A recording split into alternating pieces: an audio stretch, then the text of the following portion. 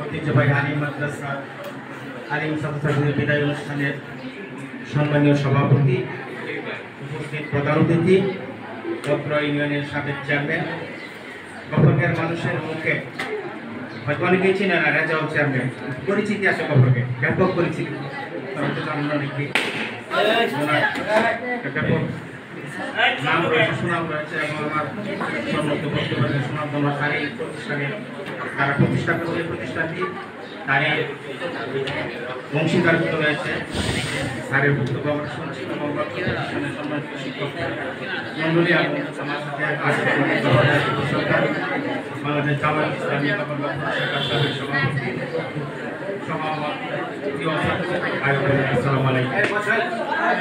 অনেক দিক নির্দেশন আমরা বক্তব্য দিয়েছেন। আমি শুধু এতটুকু বলবো, বর্তমান যে যুগ, স্যারের যে কথাটা বলছে মাদক ইত্যাদি, তারপরে আচার ব্যবহার ছাত্রছাত্রীর মধ্যে নেই হতে চলে।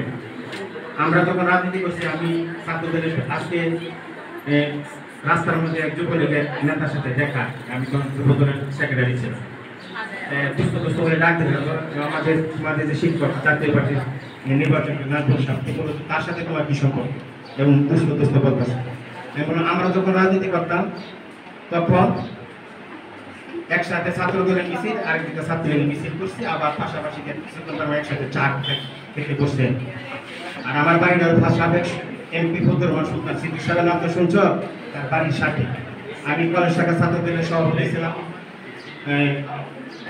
সভাপতি ছিলাম, সাধারণ উপজেলা ছাত্র দলের ৯৬ সাল থেকে ২০০১ সাল পর্যন্ত সভাপতি ছিলাম, যুব দলের সেক্রেটারি ছিলাম।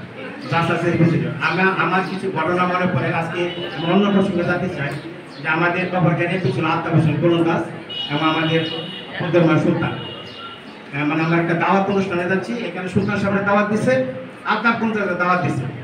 আত্মার পঞ্চায়েত সাহেব আগে খাওয়া দাওয়া করে আসা করতেন, তার কাছে ৪-৫০০ লোক। আমরা সুলতান কাকার লগে আমি সুলতান কাকার সাথে আমরা ৪-৫০০ লোক যাচ্ছি। আত্মার পঞ্চায়েত তখন কিডনির সমস্যা, একটু অসুস্থ।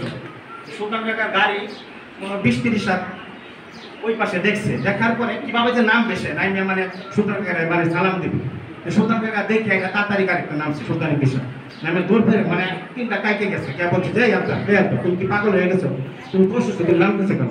সুলতান ভাই আমি নামতেছি, এই যে আমার পাশে নেতৃবৃন্দ আসছে, আমরা মঞ্চে যাই কিছু করি।